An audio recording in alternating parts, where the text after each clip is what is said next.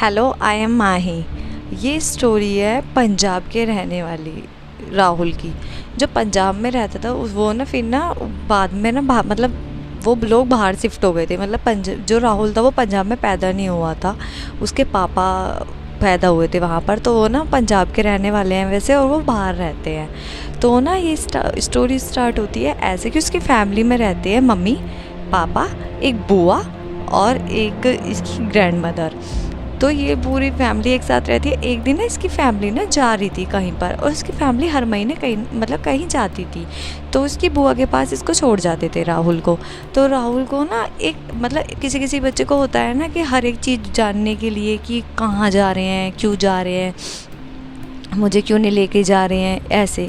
तो राहुल ने एक बार जिद पकड़ ली कि मैं भी जाऊंगा, मैं भी जाऊंगा। तो उसके पापा ने बहुत समझाया कि रहने दे बेटा, रह ले, और हम ना अगले दिन आ जाएंगे, तू रहने दे, और ना कोशिश करेंगे हम शाम तक ही आ जाएं, और ना अपनी बुआ के पास रहे, और ना तू नहीं जाएगा, ऐसे करके उसको समझाया। बट उसने जिद पकड़ ली, रोने लगा, नहीं मैं तो जाऊँगा, मैं नहीं, मैं तो जाऊँगा।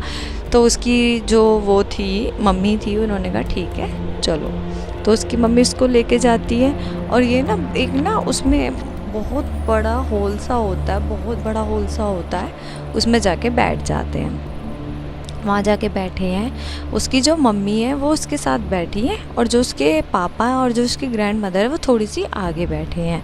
और ना उसकी और भी आसपास लोग बैठे हैं। पहले ना एक फ़ोन चलता था, कीपैड। तो उसमें स्नैक वाला गेम होता था, वो अपना स्नैक वाला गेम खेल रहा है। उसको ना किसी से लेना देना नहीं है, ना इधर ना इधर, वो अपना स्नैक वाला गेम खेल रहा है। गेम खेल रहा है, एकदम से ना म्यूज़िक बजने लग जाता है। वहाँ पर कॉलम्स होते हैं, उसमें म्यूज़िक बजता है, अजीब सी धुन बज रही है, बहुत अजीब सी धुन बज रही है। और ना उसकी ना नज़र पड़ती है फिर सामने वाली लेडीज़ पर, जो उसके जस्ट सामने बैठी थी।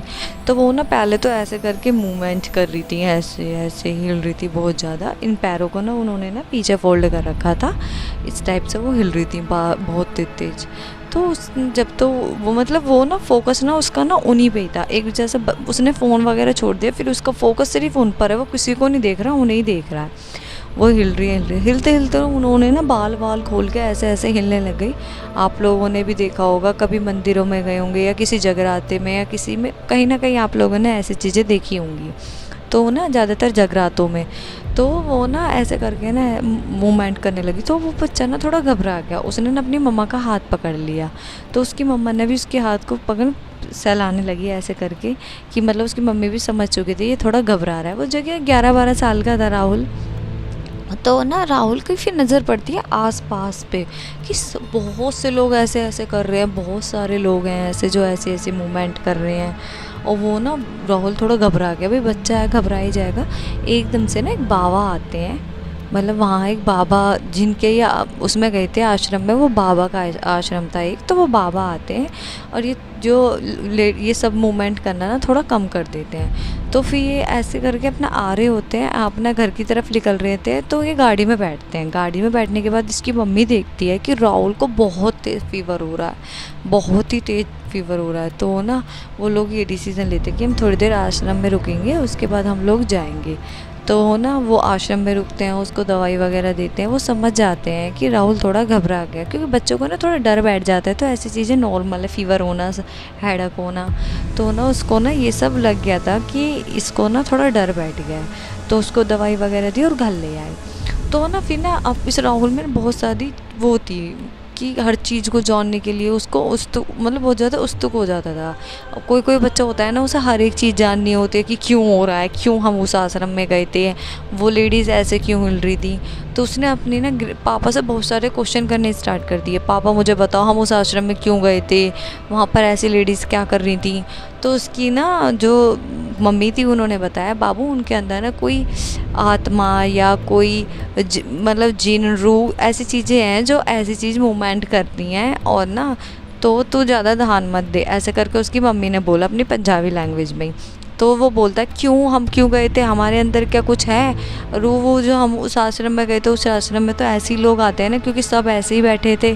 तो फिर उसकी दादी को लगा कि अब हमारे बच्चे को सब कुछ पता होना चाहिए, मतलब मेरे पोते को सब कुछ पता होना चाहिए। तो उसकी दादी उसको बैठाती है और सारी मतलब अपना सब कुछ बताती है। वो बताती है पहले हम लोग पंजाब के इस गांव में रहते थे। वो पंजाब का गांव लुधियाना के पास था, मैं आपको नाम नहीं बता सकती गांव का। तो हम उस गांव में रहते थे और हम लोगों की बहुत बड़ा मतलब बहुत बड़ा घर है और हमारे ना हर एक चीज़ फैसिलिटी थी। तेरी 2 बुआ थी, मतलब जिनमें से एक बुआ ये है, एक बुआ और थी, और एक तेरे पापा और मैं और तेरे दादू दादू गवर्नमेंट जॉब में थे पर वो रिटायर होके आ गए थे। तो वो अपना सुन रहा है कि अच्छा। तो उसकी दादी बताती है कि एक दिन ना क्या होता है, मतलब जो तेरी बुआ थी ना, दोनों बहुत सुंदर थी, बहुत चुलबुली, मतलब पूरे गांव में इतनी सुंदर नहीं थी कोई भी लड़की, इतनी गोरी, इतने प्यारे बाल, इनकी आंखें भी बहुत प्यारी, बातें करने का सेंस बहुत प्यारा, हर एक इंसान से बहुत प्यार से बोलती थी। मतलब पूरे गांव में ये था कि उनकी लड़कियां बहुत चुलबुली हैं और बहुत अच्छी हैं, बहुत ही हंसमुख है, इस टाइप से उनकी वो थी बेटियाँ। तो इनकी लाइफ बहुत अच्छी चल रही थी, जैसे सुखी परिवार होता है, 1-2 लड़कियां, एक बेटा, बहुत अच्छी इनकी लाइफ चल रही थी। तो उसकी दादी बताती है एक दिन क्या होता है ना, जो ये छोटी वाली बुआ है ना तेरी, ये ना बहुत ज़्यादा ना वो होने लगती हैं, मतलब अजीब अजीब हरकतें करने लगती हैं कि इनको ना रात में ना बहुत मतलब जैसे ये ना बहुत ज़्यादा खाना खाने लगती हैं। होता ऐसे है कि ये ना एक दिन ना कहीं से आई थी, मतलब ये सुबह गई थी और शाम को आई थी वो करके मेला घूम के। तो मेला घूम के ये लोग आ गए थे शाम को। तो ना ये ना इसकी मम्मी ना मतलब इसकी दादी माँ खाना बना रही थी और ना इसकी बुआ खाना खा रही थी। तो ये छोटी वाली बुआ ना खाना खा रही है, एक रोटी खा ली, 2 रोटी खा ली, 3 रोटी खा ली, 4, तो और थोड़े से चावल भी खा लिए। तो उसकी दादी कहने लगी क्या हो गया आज आज मतलब ऐसे करने लगी। तो वो कुछ नहीं बोली और वो खाना खाए जा रही है। उसने 10 रोटी खा ली।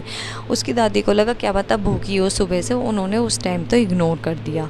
फिर ना उसकी जितना मतलब सुबह उठते हैं और वो लोग देखते हैं जितना भी खाना होता है, जितना भी उनका बचा हुआ खाना, गाय की रोटी वगैरह कुछ भी बचा मतलब बना हुआ खाना, वो बिल्कुल खाली मिलता है, सुबह उन्हें कुछ भी नहीं मिलता। तो वो ना पूछती है अपनी उसकी दादी उनसे कि मतलब खाना कहाँ गया। तो वो बोलती है कि जो छोटी वाली बुआ होती है वो बोलती है मुझे नहीं पता। तो बड़ी वाली बुआ कहती है झूठ क्यों बोल रही है, तुझे पता नहीं है, तू नहीं तो खाया था रात में उठ के, झूठ क्यों बोल रही है तू। तो वो बोलती है छोटी वाली बुआ मैंने तो नहीं खाया, तू मेरे ऊपर झूठा क्यों इल्ज़ाम लगा रही है, मैं क्यों खाती तो मैं बता ना देती। ऐसे करके मैं तू मैं हो गई। पर लेकिन ना उसकी दादी समझ जाती है कि इसमें कुछ तो ऐसा है, क्योंकि उसने कभी इतनी रोटियां नहीं खाई थी और 3-4 दिन तक वो ऐसी रोटियां खा रही थी जैसे मतलब कि 5-10 मिनट में खाना, 10-10 मिनट में खाना सॉरी। तो वो समझ जाती है कि इसके अंदर ऐसा कुछ तो है जो बिल्कुल मतलब ठीक नहीं है।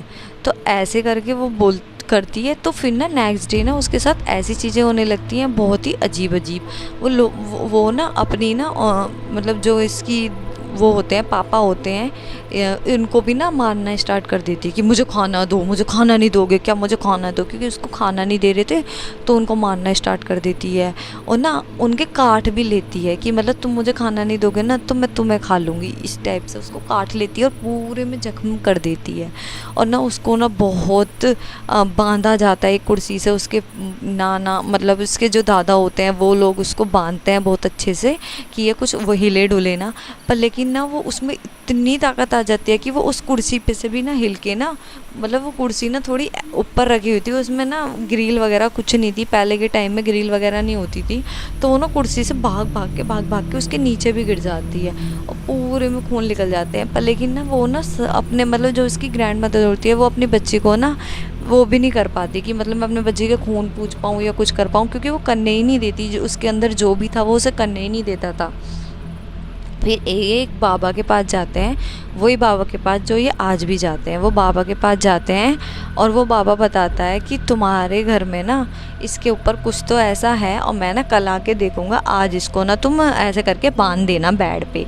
तो वो बोलते हैं ठीक है। वो कैसे तैसे करके बहुत फोर्स करके उस बेड पे इसको बांध देते हैं और अगले दिन ही मतलब जैसे सुबह बता के गया नेक्स्ट रात में उसके वो बाबा आ जाते हैं। वो बाबा पूरे घर को देखते हैं और वो बोलते हैं एक ना लाल पोटरी है और वो ना लाल पोटरी में ना बहुत सारे बाल हैं और वो लाल पोटरी ना तुम्हारे घर में ही है। उस लाल पोटरी में ना बाल हैं जो तुम्हें गंगा जी में बहाने हैं जब भी ये चीज़ें जाएंगी। तो वो बोलते हैं ठीक है। वो वही पूरी फैमिली मतलब वो पोट्री ढूंढने लग जाती है। पूरी फैमिली पोट्री ढूंढ रही है, कहीं वो पोट्री नहीं मिल रही है। हर एक चीज़ देख ली, टीन देख ली, छज्जा देख लिया, सब चीज़ देख ली।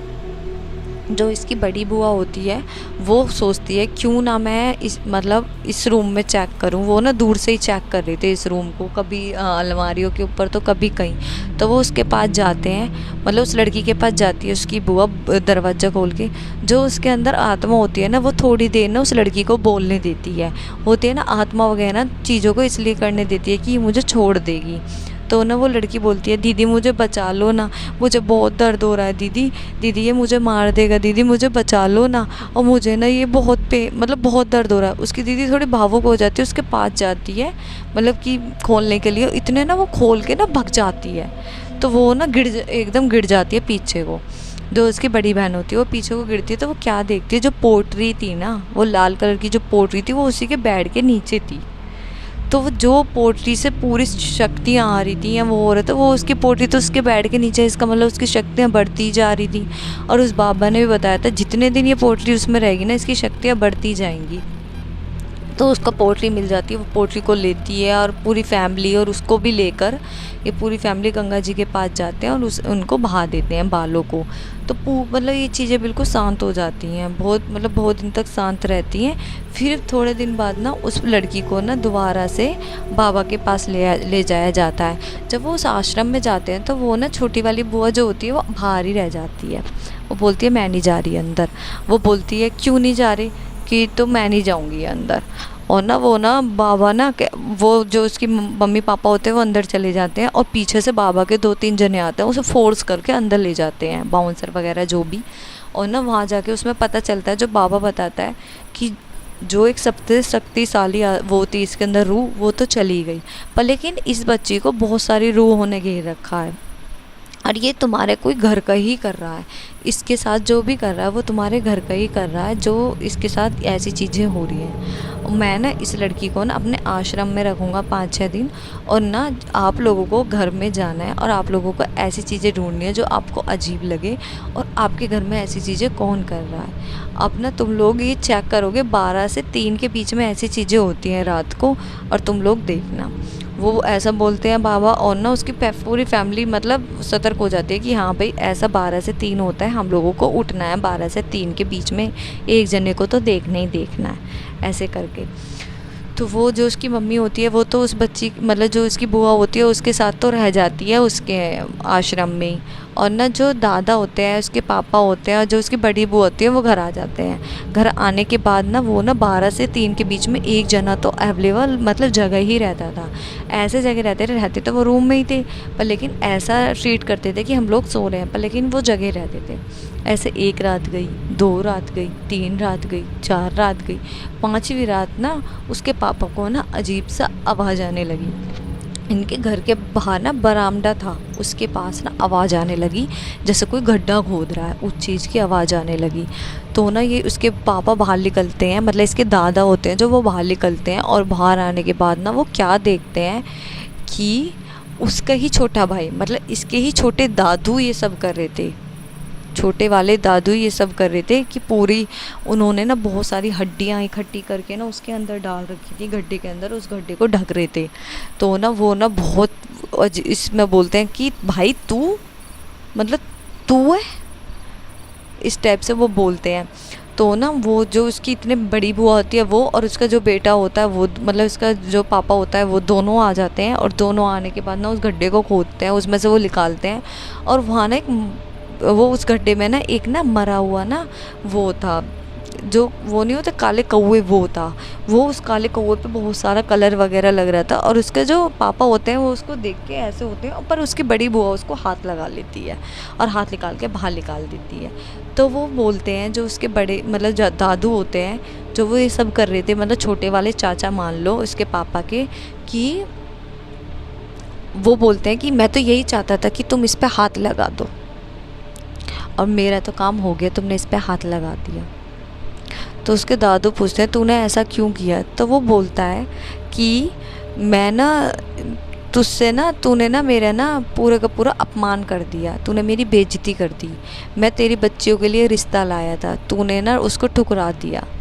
तू तेरे में घमंड है ना, तेरी बेटी पढ़ी हुई है, तेरी बेटी कुछ ज़्यादा पढ़ रही है, तू बहुत अच्छे मतलब अच्छा कमाता है, तेरा घर भी अच्छा है, तूने मेरे आया हुआ रिश्ता ठुकरा दिया। वो फैमिली अच्छी थी। अब पूरा गांव ना, मैं जहाँ से भी गुजरता हूँ तो वो ये बोलते हैं कि तेरे भाई ने ही तेरा रिश्ता ठुकरा दिया, तेरे भाई का घर देख, तेरा घर देख, तेरी घर उनकी घर की बेटियाँ देख, तेरी बेटी देख, अब देख मेरा तो काम हो गया, अब तुम्हारा ये घर पूरा मतलब तुम इस घर में रह ही नहीं सकते। ऐसा करके वो वहाँ से चला जाता है। और ना वो पूरे बाबा मतलब जो उसके दादा होते हैं, पापा होते हैं, बुआ मतलब बाबा के पास जाते हैं नेक्स्ट डे और सारी स्टोरी बताते हैं। जो वो बाबा होते हैं ना, वो बोलते हैं कि देखो अब इस घर में तो तुम रह नहीं सकते, क्योंकि ये घर में तुम रहोगे तो कुछ ना कुछ चीज़ें ऐसी होती रहेंगी जो तुम्हारे ऊपर हावी होती रहेंगी, क्योंकि उन्होंने इतना गंदा टोटका किया है कि तुम लोग कभी भी मतलब उससे उभर नहीं पाओगे। और इस घर को तुम बेच भी नहीं सकते, तुम बेचोगे तो इससे जो पैसा आएगा तो उससे तुम्हारे घर में से एक जना मर जाएगा, तुम इसमें रह भी नहीं सकते, इससे वो नहीं। तो ये फैमिली पूरी डिसीज़न लेती है कि हम बाहर रहने जाएंगे। ये लोग बाहर रहने जाते हैं। फिर इसके पापा की भी शायद मतलब बड़ी बुआ की भी शादी हो जाती है और पापा की भी। तो जो बड़ी बुआ का हस्बैंड होता है वो सोचता है कि ये तो घर बेच नहीं सकते, मैं तो बेच सकता हूँ क्योंकि मैं तो इस फैमिली का नहीं हूँ। तो वो घर वर को बेच के मतलब बेच दिया, और वो घर से लौट रहे थे ना, तो ना उनका ना एक्सीडेंट हो जाता है, और एक्सीडेंट में बड़ी बुआ भी मर जाती है और जो बड़ी बुआ के हस्बैंड थे वो भी। मतलब बाबा ने सही कहा था कि ऐसी चीज़ होंगी। और उस जो दादी बताती है उसकी, आज अब भी हम इसलिए उनके बाबा के पास जाते हैं कि तेरी बुआ पे ऐसी चीज़ें आती रहती हैं, तूने कभी नहीं देखा। और तेरी बुआ जो है वो इसलिए हम उनकी शादी नहीं कर रहे क्योंकि ना वो कभी ठीक नहीं हो सकती। और मतलब आप खुद देखो कि एक फैमिली मेम्बर ने, एक ब्लड खून ने इतना कुछ कर दिया। मतलब एक मैं मतलब कुछ बोल भी नहीं पा रही। आपको क्या लगता है? आप ना कमेंट करके ज़रूर बताना। Thank you.